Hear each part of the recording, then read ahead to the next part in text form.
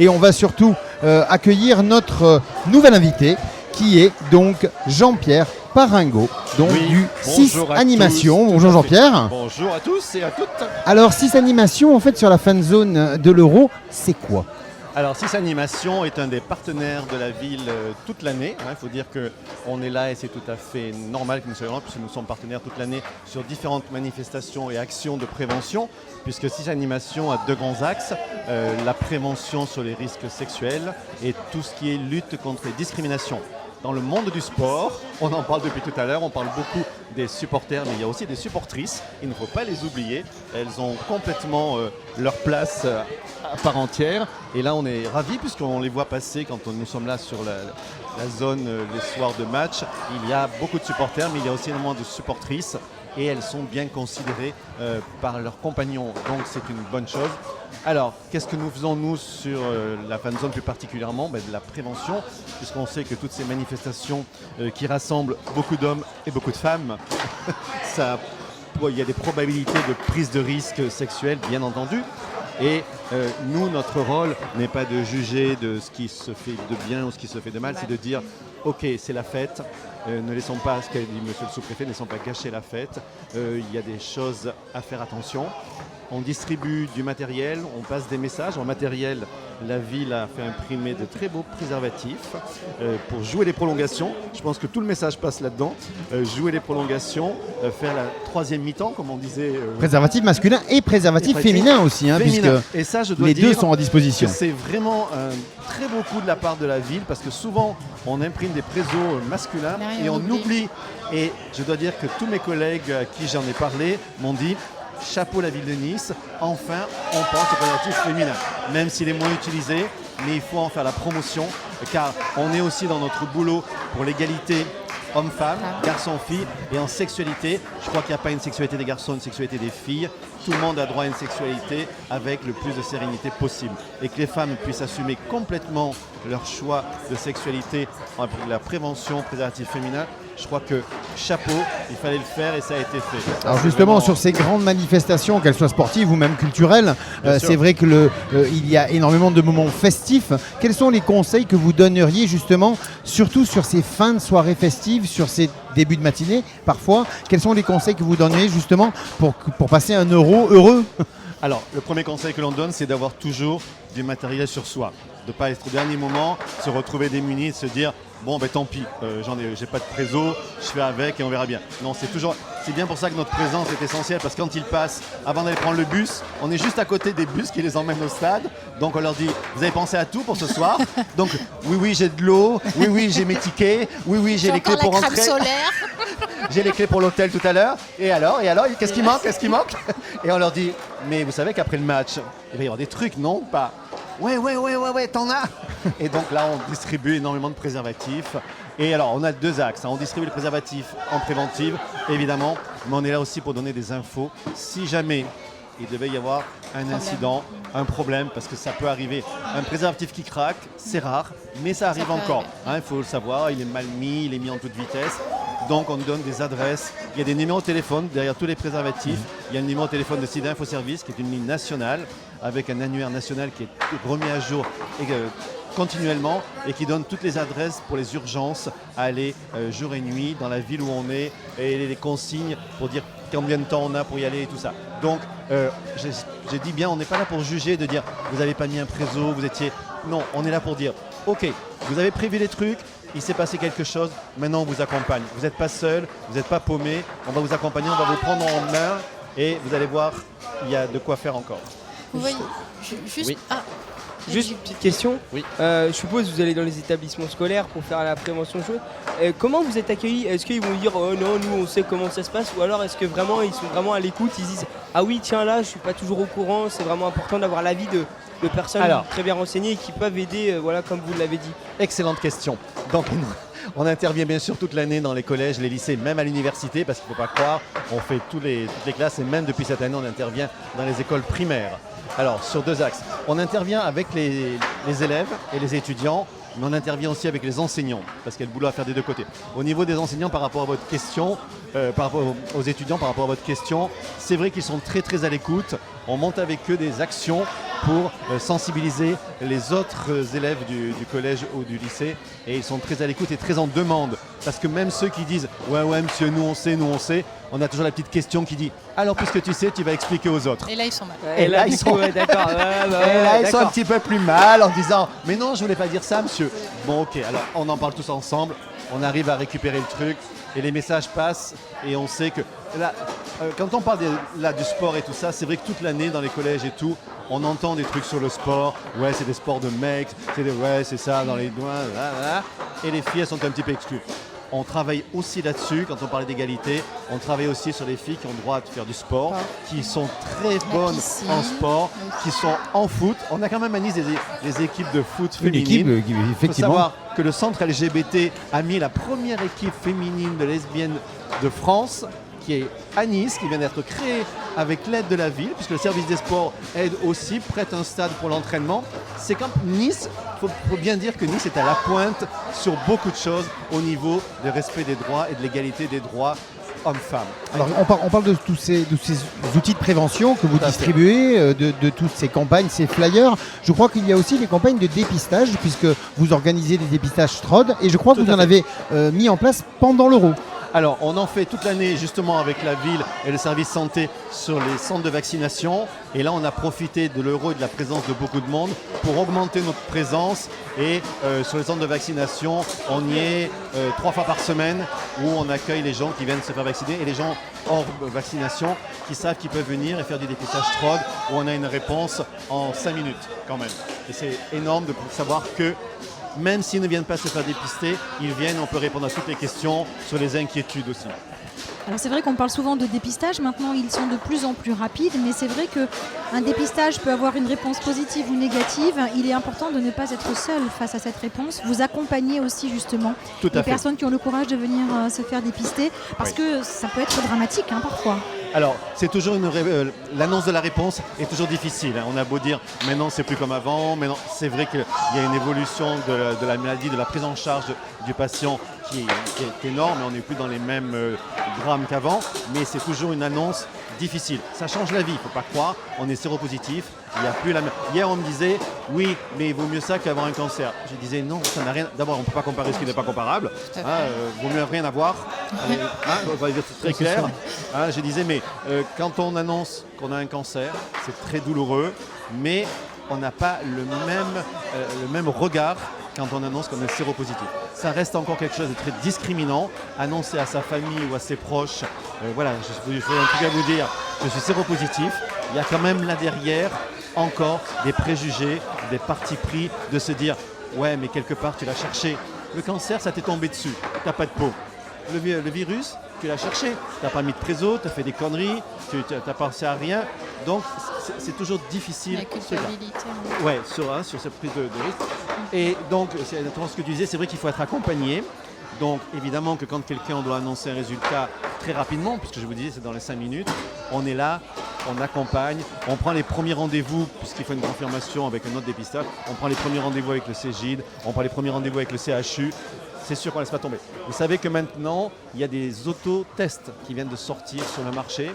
Beaucoup de gens étaient très inquiets en disant « Oui, mais alors là, ça va être seul à la maison. Et que va faire la personne ?» Première réponse à ça, on vient d'avoir les premiers chiffres. Il s'en vend actuellement 2000 par semaine. Donc c'est dire que ça a répondu à une vraie demande, à un vrai besoin, parce que nous, c'est quand même notre combat de tous les jours, que les gens se fassent dépister. Que ça devienne le dépistage du VIH, devienne quelque chose de tout à fait banal, j'allais dire, comme tous les dépistages que l'on fait. On fait une analyse de sang, on fait une check-up, on met le VIH au bout, parce qu'on sait qu'on va être pris en charge et plus vite on est dépisté, plus vite il va y avoir une prise de charge, un accompagnement, et il n'y a que du bénéfice à ça. Ces autotests, par rapport à ton inquiétude, se dire on se retrouve seul, il y a des papiers à l'intérieur, on peut appeler, il y a un numéro qui répond 24 heures sur 24 pour dire ok, vous venez de lire votre résultat, est-ce que vous pouvez, on le relise ensemble pour être bien sûr de ce que vous avez lu, si vous avez bien compris, et maintenant on vous donne les adresses. L'adresse du CHU si c'est de nuit, l'adresse des associations qui vont vous recevoir et qui vont là aussi vous accompagner. Sachez que vous n'êtes jamais seul. Il y a un numéro de téléphone, des urgences. Voilà, la personne. Après, il y en a qui préfèrent rester seuls. On nous a dit mais pourquoi vous trouvez ça? Il y a des gens qui n'ont pas envie d'avoir quelqu'un en face quand ils ont le résultat.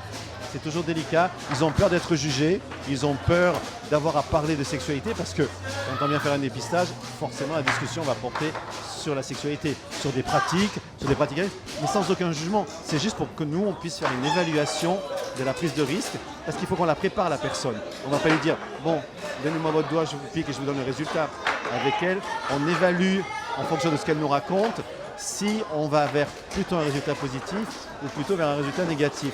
De façon à dire, ok, donc ce que vous me dites, est-ce que vous avez envisagé que le résultat puisse être positif? Et là, on en parle aussi quand on les voit passer, on se dit, ok, vous savez, vous pouvez venir nous voir et en parler franchement, quel que soit le résultat, que vous soyez positif ou négatif, on continuera à parler. Si vous êtes positif, on vous accompagne. Si vous êtes négatif, on vous aide à rester négatif. Et ça, c'est un discours qui passe bien maintenant. C'est pas que chercher des positifs.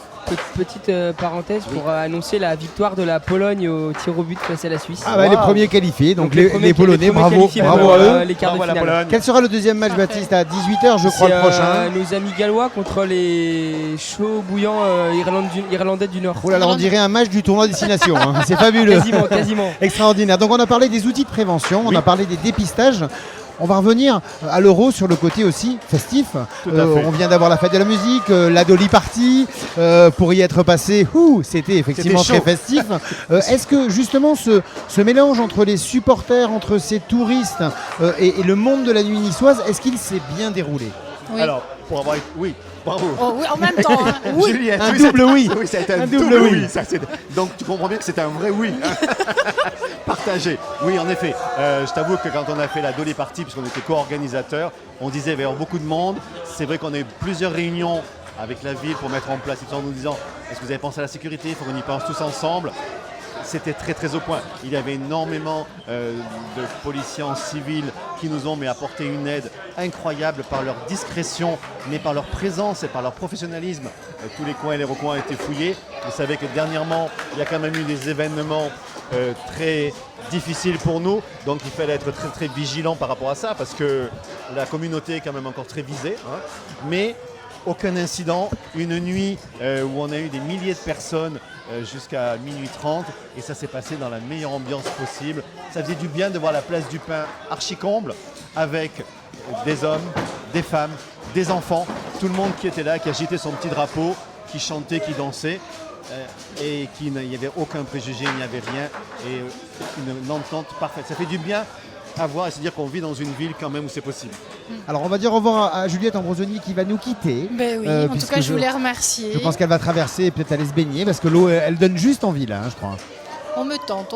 C'est ça. Oui, pour rejoindre son Roméo peut-être. Pour rejoindre son Roméo. C'est possible aussi. Non mais Juliette a été prévoyante, elle a mis son bikini, moi pas encore, mais la prochaine émission je serai en bikini, c'est promis. Oui, mais voilà, le vendredi prochain on est là et je pense qu'on va prévoir la prochaine fois puis on va battre le chaland aussi. Les maillots, tout à fait. En tout cas, je voulais vous remercier, dire que vive l'Euro, vive la fête réussie. Et merci vraiment à tous nos partenaires. Voilà. Et vous revenez quand vous voulez, hein. Vous êtes la bienvenue, Juliette. Je vous remercie, au revoir. Une petite question, Jean-Pierre. Oui. En fait, c'est vrai que dans le football, on a parfois tendance à utiliser des mots dans la bouche des spectateurs qui ne sont pas très sympathiques. On passera sur le OIS, voilà. Comme tu es délicat. Voilà. Et qu'est-ce qu'on pourrait faire justement pour que ces terminologies ne soient plus utilisées dans le monde du football? Et vraiment dans le monde du football, on n'a pas l'utilisation de ces terminologies dans le rugby, on l'a pas dans le handball, on l'a pas dans le volleyball.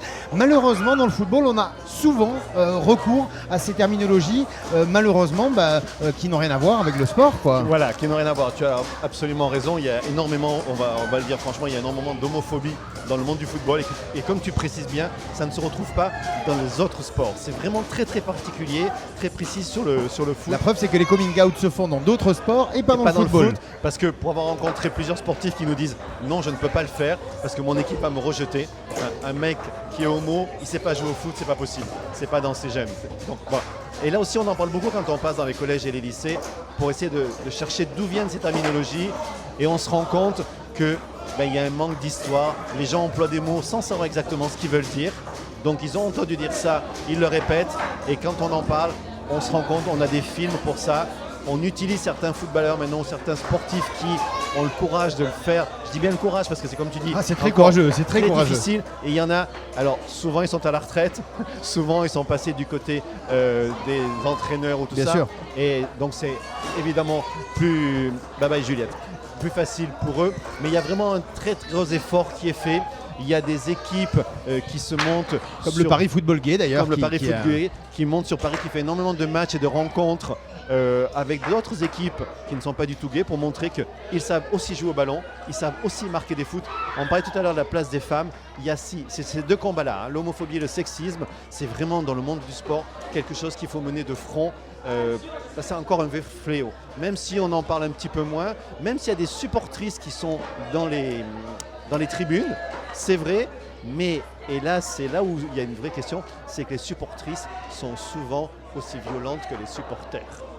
C'est ce qui est un petit peu difficile, donc il faut travailler sur tous les plans. Le sexisme disant, mesdames, vous luttez contre le sexisme, mais là, qu'est-ce que vous êtes en train de faire ? Qu'est-ce que vous entendez ? Qu'est-ce que vous êtes en train de dire ? Donc c'est là une prise de conscience que les discriminations, elles ne sont pas détachées, elles sont toutes liées. Et notre travail... Elles sont asexuées alors aussi du coup. Ben, elles Il n'y a sont plus que les hommes, hein, il y a aussi les femmes. C'est ça, il y a tout le monde. Il faut lutter vraiment contre toute discrimination. C'est juste de vouloir prendre le pouvoir sur quelqu'un d'autre pour multiples raisons, mais elles sont toutes construites de la même manière. Et c'est vraiment un travail général qu'il faut faire sur tout le monde. Donc on fait un travail sur le racisme, on fait un travail sur le sexisme. Je crois Tout qu'il à faut fait. vraiment insuffler un travail sur l'homophobie parce que malheureusement ni la Fédération française, ni l'UEFA, ni la FIFA ne fait un travail là-dessus. Je crois qu'il faudrait vraiment essayer de faire comprendre. Quand on voit un match de rugby, il y a des pancartes « Respectez les buteurs », on ne siffle pas les buteurs. Je pense qu'il faudrait expliquer aux supporters de ne plus utiliser ces terminologies qui n'ont rien à voir avec le football. Hein. Je crois que c'est peut-être simplement... Et avec voilà, le sport en général et avec d'ailleurs. le sport en général, mais on disait crois tout à que- l'heure avec Jean-Pierre ouais. que dans d'autres sports, on n'a pas C'est cette ça. problématique. On n'entend pas dans le rugby, dans le hand, dans le volley, ces critiques-là. Et malheureusement, on les entend à chaque journée de championnat. Bien sûr. Moins à l'Euro, mais à chaque journée de championnat. Et c'est vraiment dommageable parce que... Je crois que ça on a été très marqué par le fait que l'UEFA refuse d'organiser une minute de silence par rapport à la tuerie d'Orlando. On avait demandé à l'UEFA dans tous les stades, pendant tous les matchs, de faire une minute de silence en mémoire aux morts qui avaient subi cette tuerie par rapport à leur orientation sexuelle. L'UEFA a refusé. On a trouvé quand même que ça aurait été un premier pas pour lutter contre l'homophobie dans le monde du sport. C'était dommage, mais bon, on va y travailler, on va continuer. Le match pour nous n'est jamais perdu. Il y a les tirs au but, c'est toute l'année qu'on en fait des tirs au but. Et il y en a qui rentrent. C'est vrai, c'est vrai, c'est Il y vrai. en a qui rentrent C'est et on vrai, marque. et c'est important de le souligner. Moi, ce que je voudrais souligner, c'est qu'on est vraiment bien ici. Là, hein. Sur Oui, la promenade fabuleux. des Anglais, on a un bateau justement d'une compagnie italienne qui rentre dans le port de Nice, probablement en provenance de Corse. Tout à fait. Donc, qui va repartir chargé de touristes aussi, très probablement, avec cette baie des Anges qui porte plus que jamais son nom, ce bleu d'azur. Oui. Cette côte d'azur que nous aimons tant, que nous affectionnons tant. Il nous reste quoi un peu moins de 10 minutes 10 Un minutes, petit hein, peu on est moins bien. de 10 En tout cas, on est minutes. très très bien au niveau du programme. On hein. est très très bien au niveau On du a un time. programme. Vous êtes parfait. Nous sommes parfaits. Mais- Alors nous, on a l'habitude de faire un Jean-Pierre de la Mais radio tout à ensemble. fait, tout à fait. Franck, on a l'habitude de faire de la radio Ah, ensemble. ça fait quelques années. Hein. Ah, nous, ça fait faisait un quelques petit années. moment qu'on l'avait pas fait. Mais c'est vrai, Mais on va se rattraper. perd pas les bonnes habitudes. Déjà vendredi prochain. Déjà puisque- vendredi prochain. Alors vous serez là, vendredi prochain, même heure, même endroit, c'est certain. Nous, en tout cas, on y sera en maillot. Parce Bien qu'après, on ira plonger, peut-être même avant, si on est un peu en avance sur l'installation du Si, studio à qui c'est, radio. on pourrait faire avant et On après. pourrait faire avant et après. Une émission tout mouillée, pourquoi pas, ça peut être sympa aussi. Baptiste ne sera pas avec nous alors. Malheureusement, je serai de retour.